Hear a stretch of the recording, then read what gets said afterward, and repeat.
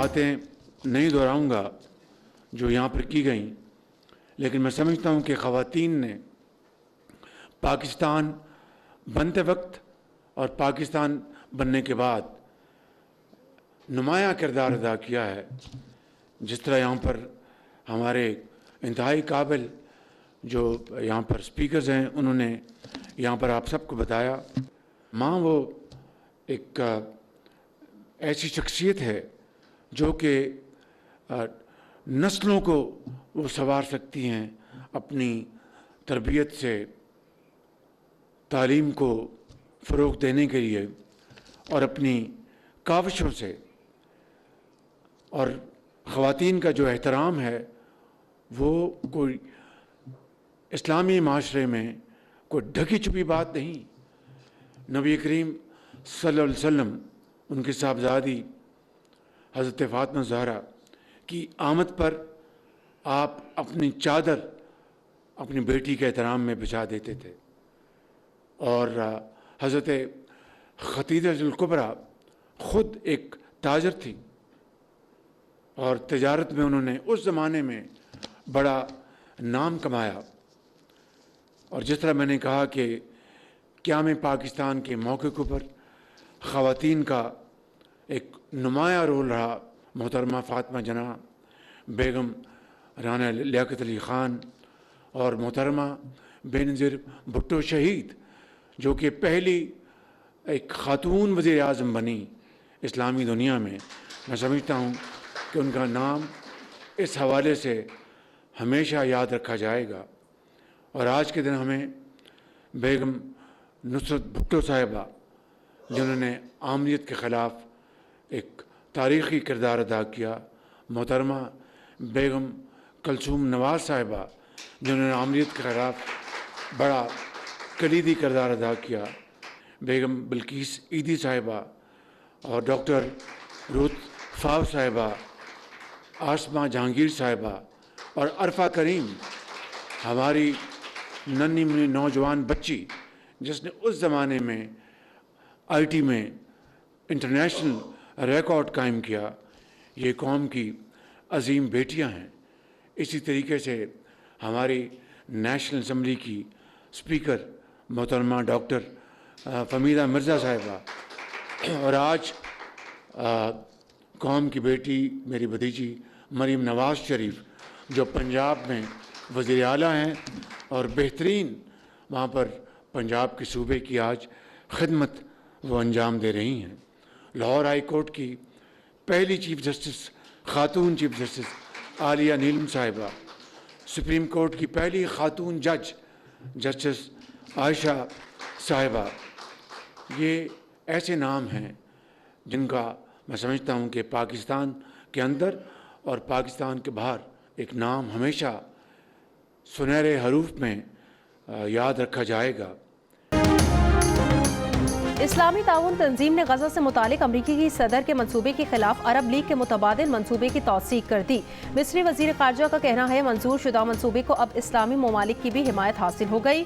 Trump ने गजा को फ़लस्तीनियों को मिस्र या उर्दन मुंतकिल करने की तजवीज़ दी थी। OIC ने 2012 में खाना जंगी के दौरान मुअत्तल की गई शाम की रुकनीत भी बहाल कर दी।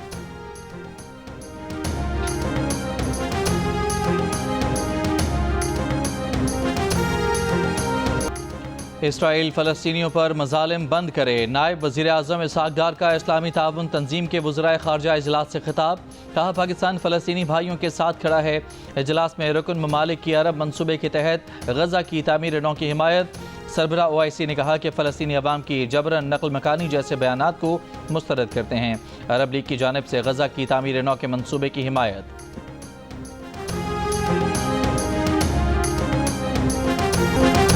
इस्लामाबाद में नई दिल्ली तर्ज पर असम्बली और मुंतखब जमहूरी हुकूमत बनाने की सिफारिश। असम्बली अपना लीडर मुंतखब करेगी जो मेयर कहलाएगा।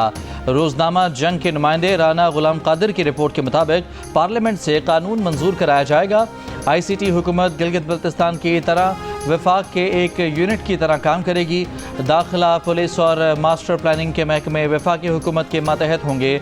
बैरिस्टर जफरुल्लाह की सरबराही में कायम सब कमेटी ने अबूरी रिपोर्ट तैयार कर ली, जो वजारती कमेटी को पेश की जाएगी। सब कमेटी का इजलास अगले हफ्ते होगा, जिसमें सिफारिशात को हतमी शक्ल दी जाएगी।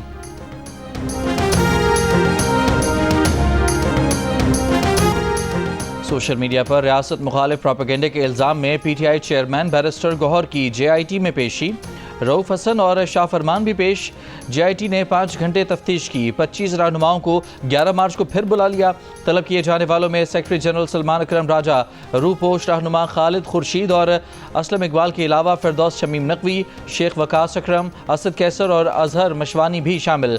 जुल्फी बुखारी को भी नोटिस जारी। जुमे को JIT में पेश होने वाले अफराद से तहरीक इंसाफ की सोशल मीडिया हैंडलिंग, पाक फौज और रियासती इदारों से मुतालिक सोशल मीडिया पोस्ट पर सवालात। PTI रहनुमाओं को सोशल मीडिया पोस्ट दिखाकर सवालात पूछे गए। ज़राए के मुताबिक शाह फरमान से सख्त सवालात हुए, जिस पर उन्होंने नामुनासिब रवैया इख्तियार किया।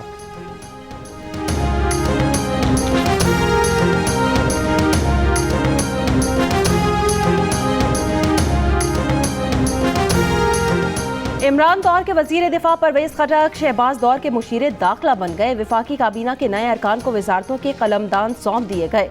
खेल दास वजीर मुमलिकत बराए मजहबी उमूर और बैनुल मसालिक हम आहंगी मुकर्रर। सरदार मोहम्मद यूसुफ मजहबी उमूर और बैनुल मसालिक हम आहंगी के वफाकी वजीर मुकर्रर। अली परवेज को पेट्रोलियम और हनीफ अब्बासी को रेलवे की वजारत सौंप दी गई। मुस्तफ़ा कमाल को नेशनल हेल्थ सर्विसेज और रेगुलेशंस एंड कोऑर्डिनेशन का वजीर बना दिया गया। तलाल चौधरी वजीर मुमलिकत बराए दाखिला और नारकोटिक्स कंट्रोल होंगे। साइंस और टेक्नोलॉजी की वजारत के सरबराह खालिद मक्सी होंगे। रजा हयात हिराज दिफाई पैदावार के वजीर मुकर्रर। तारिक फजल चौधरी पार्लिमानी उमूर के वफाकी वजीर होंगे। काबीना डिवीजन ने वजीर आजम की मंजूरी के बाद नोटिफिकेशन जारी कर दिया। चेयरमैन पीपल्स पार्टी बिलावल भुट्टो जरदारी से अमरीका की नाज़िमुल उमूर की मुलाकात। दो तरफा ताल्लुकात के फ़रोग और ख़ित्ते में क़याम अमन से मुतालिक उमूर पर बातचीत। मुलाकात में पाक अमरीका तिजारती और मौशी ताल्लुकात बढ़ाने पर इत्तफाक किया गया। बिलावल भुट्टो जरदारी से पाकिस्तान में फ्रांस के सफ़ीर ने भी मुलाकात की। पाकिस्तान फ्रांस के दरमियान तिजारती ताल्लुकात में मज़ीद फ़रोग ज़रूरी है, मुलाकात पर इत्तफाक।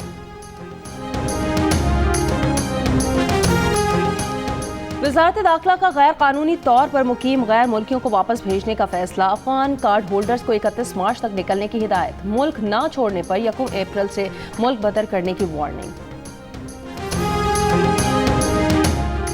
IMF और पाकिस्तानी हुकाम के मुज़ाकरात का पहला मरहला मुकम्मल। ज़राए के मुताबिक FBR से मुज़ाकरात में रियल स्टेट, मशरूबात और तंबाकू सेक्टर को रिलीफ देने की तजवीज़।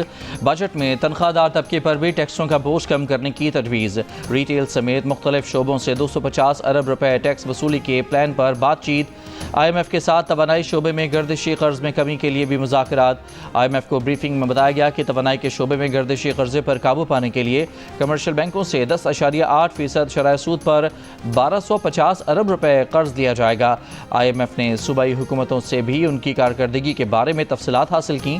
दूसरे मरहले के मुज़ाकरात 10 मार्च से 14 मार्च तक होंगे।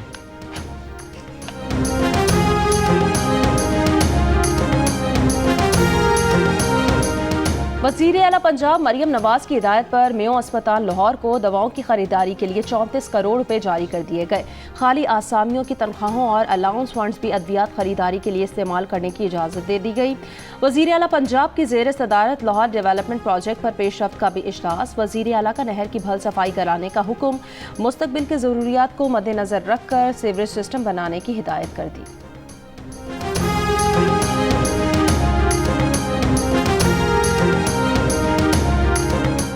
जब तक सिंध तरक्की नहीं कर लेता चैन से नहीं बैठेंगे। गवर्नर सिंध का औरंगी टाउन में तकरीब से खिताब। कहा, रोशनियों के शहर कराची को मुजरिमों का शहर बनने नहीं देंगे। बोले, गुज़श्ता रोज़ भी डंपर की टक्कर से एक और मोटरसाइकिल सवार जाँ बहक हुआ। शहर के मसाइल जूं के तूं हैं। गलियों में कचरा मौजूद है, पानी और गैस, लोड शेडिंग है। हम कब तक खामोश तमाशाई बने रहेंगे। बोले, इस शहर से लूटा हुआ माल वापस करना होगा। ICC चैंपियंस ट्रॉफी का फाइनल भारत और न्यूजीलैंड के दरमियान कल दुबई में खेला जाएगा। फाइनल से कबल न्यूजीलैंड की टीम को शदीद धचका। फास्ट बॉलर मैट हेनरी कंधे की इंजरी का शिकार हो गए। हेड कोच पुरुमीद हैं कि वो फाइनल से पहले फिट हो जाएंगे। न्यूजीलैंड की टीम आज ट्रेनिंग करेगी। भारतीय टीम की 3 दिन के आराम के बाद दुबई क्रिकेट एकेडमी में ट्रेनिंग। विराट कोहली को नेट प्रैक्टिस के दौरान घुटने के करीब गेंद लग गई। कोहली को ट्रेनिंग छोड़नी पड़ गई। भारतीय बल्लेबाज विराट कोहली हल्के दर्द का शिकार। भारतीय कोचिंग स्टाफ के मुताबिक विराट कोहली की इंजरी मामूली है। भारतीय टीम आज दोपहर दुबई में आखिरी ट्रेनिंग सेशन करेगी। भारत न्यूजीलैंड के दरमियान टाइटल के लिए होने वाला मुकाबला भी जियो सुपर बराह रास्त नशर करेगा।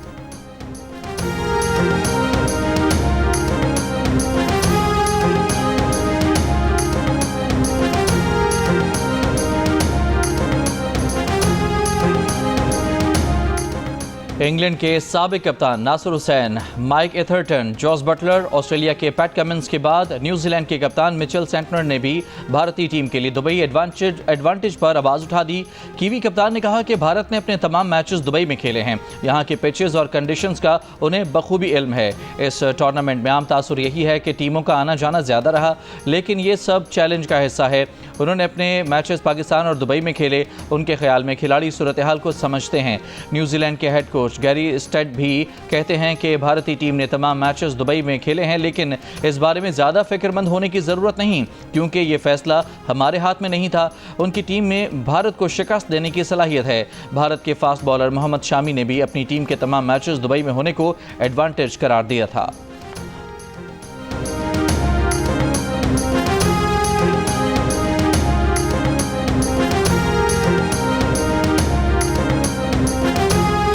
ANP के सदर एमल वली खान का सदर मुमलिकत को खत। खैबर पख्तूनख्वा और बलूचिस्तान के हालात पर पार्लियामेंट का मुश्तरका इजलास बुलाने का मुतालिबा। खत में कहा, खैबर पख्तूनख्वा और बलूचिस्तान के अवाम दहशतगर्दी का सामना कर रहे हैं।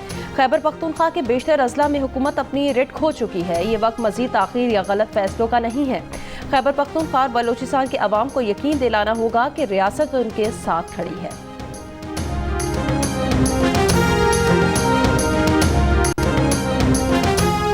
कराची के इलाके डिफेंस फेज 7 में मुकाबला। 2 डाकू जख्मी हालत में गिरफ्तार। असलहा बरामद। मलीर मुर्गी खाना पुल के नीचे मुकाबला। जख्मी समेत 2 डाकू गिरफ्तार। सुपर हाईवे जमाली गोट में फायरिंग। 1 शख्स जख्मी। AVLC की कार्रवाई। मोटरसाइकिल लिफ्टर जख्मी हालत में गिरफ्तार, साथ ही फरार। बफर जोन में पुलिस मुकाबले का जख्मी डाकू दम तोड़ गया। FB एरिया ब्लॉक 19 में घर के बाहर डकैती की CCTV वीडियो मंजर-ए-आम पर आ गई। 2 डाकुओं को घर के बाहर बैठे शख्स से लूट मार करते देखा जा सकता है। मुल्ज़मान को गिरफ्तार न किया जा सका। नूरियाबाद के करीब मोटरवे M9 पर ट्रक की ट्रेलर को टक्कर। 1 शख्स जाबाहक, ड्राइवर जख्मी। रहीम या खान में कौमी शाहरा पर कार और ऑयल टैंकर में टक्कर, 3 अफराद जख्मी। पेशावर के इलाके पेश्ताखरा में नामालूम अफराद की फायरिंग से डॉक्टर जाँ बहक। मकतूल डॉक्टर की शनाख्त अब्दुल बासित के नाम से हुई। मुलजिम फरार। पुलिस के मुताबिक डॉक्टर अब्दुल बासित पर सफ़ेद ढेरी में वाक़े क्लिनिक में फायरिंग की गई। बलूचिस्तान में सुई गैस लीकेज धमाकों से 6 रोज में 8 अमवात। 48 घंटों के दौरान 37 जख्मी अफराद अस्पताल लाए गए। 1 हफ्ते में सुई गैस लीकेज धमाकों में 105 अफराद जख्मी हुए। कोयटा के सिविल अस्पताल बंस वार्ड में गुंजाइश कम रह गई। अवामी हलकों का कहना है गैस लीकेज धमाकों की बड़ी वजह सुई गैस की लोड मैनेजमेंट है।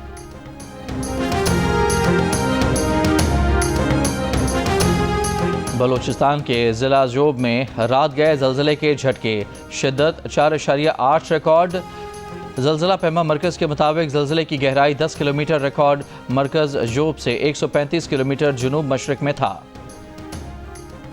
मुल्क के 2 बड़े डैम तरबेला और मंगला डेड लेवल के नज़दीक पहुंच गए हैं। तर्जुमान इरसा के मुताबिक बारिशें न होने पर मंगला और तरबेला 3-4 रोज में डेड लेवल पर जा सकते हैं। इरसा ने सूरत हाल से सूबों को खबरदार कर दिया है।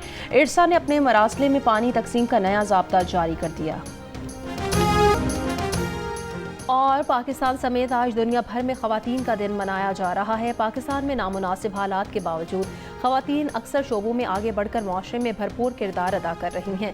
सदर मुमलिकत आसिफ अली जरदारी ने ख़वातीन के आलमी दिन पर अपने पैगाम में कहा, पाकिस्तान ख़वातीन के हुकूक़ के फ़रोग़ के लिए पुरअज़्म है। ख़वातीन को मसावी हुकूक़ और मौक़े देना कौमी तरक्की के लिए नागुज़ीर है।